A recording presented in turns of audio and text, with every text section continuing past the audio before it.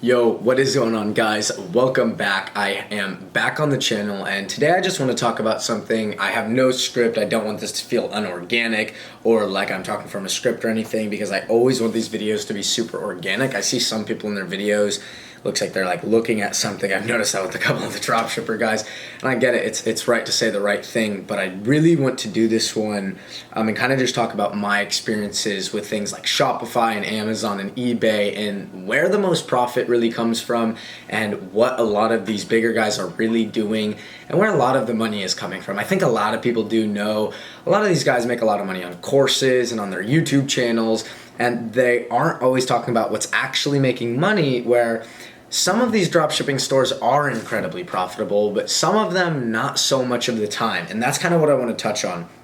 So one thing I do want to mention is a lot of these Shopify guys don't really go to say that when they post their store revenue, they're not telling you the return on investment. A return on investment means you spent $50,000 and you got a 40% return on investment. So you made 40% pure profit of that 50 grand you spent. So you made 40% pure profit outside of that. And a lot of these guys are just showing screenshots of revenue.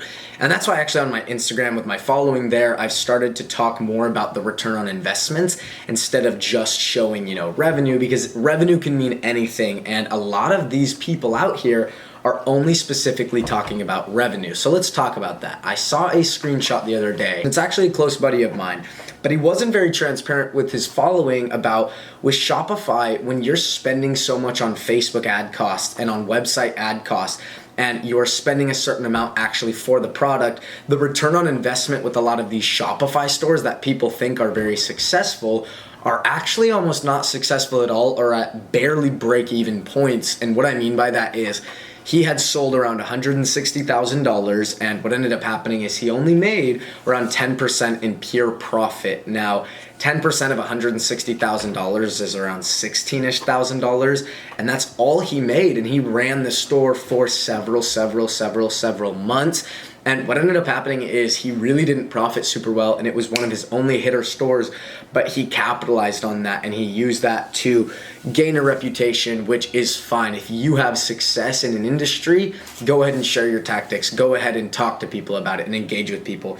But I think a lot of these guys aren't really going to show where real profit is coming from, and with Facebook ad costs, how much they are spending. And the reason I ended up actually kind of distancing myself with Shopify after I had a couple of stores hit really well is because I noticed when we even had hit stores, and keep in mind, I never really loved to do my own Facebook ads. I actually learned in the long term of things that most of these guys that do crack big numbers with good margins don't do their Facebook ads at all. I actually met this kid, and he had a beautiful Mercedes, and I was talking to him, and what he was telling me, I was like, you do your own Shopifys, yeah? And he would say, I build them, but that's what he kept saying. He was just like, I build them.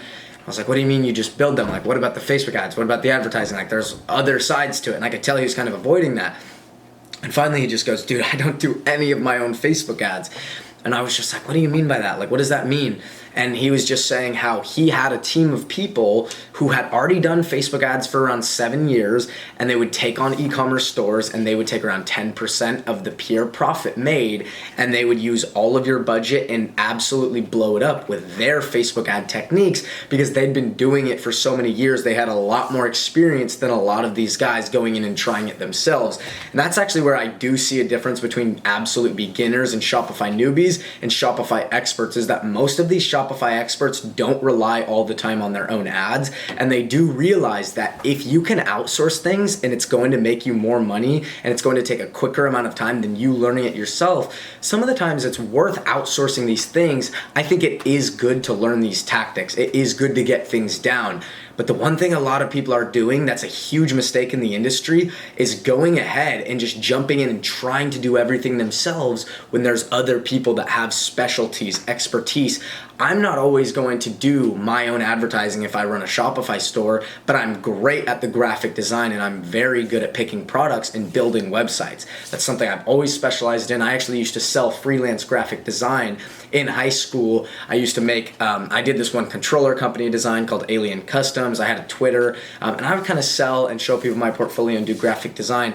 So I kind of came up with doing things like that where somebody else might not have had those years and years of experience of graphic design, and I would fill that in for them. If they needed Shopify, if they needed beautiful product images, if they needed something modified, I would be able to get that done. If they needed a beautiful banner on YouTube, if you guys actually know Hayden Bowles, go and check out his banner. I designed the banner because some of these guys don't have that kind of expertise and they don't prioritize doing certain things like that. And you can use your skill sets to help other people for money, and you can profit yourself. And that's when I realized, whoa, I fill in the graphic design for some of these people. What I realized is, why am I doing my own Facebook ads? At some point, I finally came to this conclusion where I met the kid with the really beautiful Mercedes, and he bought it all with the money that this one team made him. Like literally, he paid them 20 to 30,000, and they brought him back 40 to 50 to 60, and then he just kept recycling his money up until the point he bought a beautiful car and now has a whole team doing it. But I noticed these guys do not always do the Facebook ads themselves. And why, if you have a skill set, don't you provide that to others? And if others have that, they provide it to you. I'm horrible at email. And so there's this one kid I refer people to and I like to hire because I am horrible at email marketing. Not everybody's going to be good at everything. And I think there is a huge outlier in who's good at business and who's bad at business in this community. And what it really comes down to is the person that thinks they can do everything is going to fail massively. And they're going to end up slipping up because they cannot succeed in all these areas. Plus, it's incredibly overwhelming to do your Facebook ads, run your website, doing all of these different things, putting together ad copy in Photoshop, recording beautiful video. There's going to be somebody that's better at shooting product video. There's going to be somebody that's better at creating copyright and ad copy in text that's going to convert. There's actually a job called copywriting, and you can hire a copyright and they will actually do the text for you, text that converts, instead of you just typing, well, we have a discount and we da-da-da. You can hire people that have proven results in that field. And it's interesting to me, the people that always think they can do it themselves are the ones that fail. And that's where mentorship comes into play too, where when I first started Amazon, I did not jump in myself. And I saw this one kid actually on Facebook, his name was Sean. I saw him doing around $120,000 a month. And I reached out and was like, what will it take for me to be able to learn that from you? How can you do that for me? Because I knew he already had it figured out and the roadmap and the blueprint mapped out. Why would I not maximize on that? Why would I not capitalize on what he'd already figured out? You know, they say a beginner learns from their own mistakes, but an expert learns from other people's mistakes. And I wanted to be like an expert, so I just went straight to the expert, just asked him, how can I learn? He told me, shoot me $2,000 and I'll teach you everything. That's pretty steep now for how much people will charge for amazing and bountiful amounts of information. You can get so much information now for a couple $100s. It's pretty crazy. But at that time, he was charging $2,000, and I willingly sent that over Venmo and instantly started to pick up on Amazon and had a couple thousand going in my first couple of weeks, which was baffling to me because I would never have been able to do that myself. I think those people who want to do everything themselves will fail, and those who can learn from other people's mistakes will always succeed a little further. A lot of these people too think like mentorship and courses are bullshit because they've taken horrible courses and they've been scammed and they've taken horrible mentorships, which does happen. Sometimes these guys get busy. Sometimes the course doesn't have as much information. Sometimes there's learning gaps. Sometimes it's just you're not finding the right products or running the right advertisements. But what I do see is these guys that stay consistent and just collab and learn from other people always go further. And this brings me into my next point of when I was doing Shopify, I kind of realized that Shopify only had a certain amount of profit that was really able to be made all the time unless you were buying in such massive amounts of bulk and actually getting huge deals with suppliers and making relationships. But if you were just drop shipping primarily, without relationships with suppliers, the margins were pretty thin, and paying for all these Facebook ads that you don't even know are going to convert. If you're not paying somebody, you don't know if you're going to be successful. And that's actually where I dove a little deeper into the Amazon and the eBay stuff, because I started to notice this trend that a lot of these guys that were doing Shopify started posting Amazon results and eBay results. I remember this guy at Bunt. He is a beast. He has a Rolls Royce, a Lamborghini. He is making racks. He posted some stuff where he used to do Shopify primarily and sell Shopify course and, did all that with Shopify. But then I remember one day he posted something about Amazon and I was like, whoa, are all these guys secretly doing Amazon and not really talking about it? And I jumped in with Amazon, and I jumped in with my mentor who actually learned from some of these guys that were crushing it. And I didn't even know drop shipping was possible on Amazon or eBay.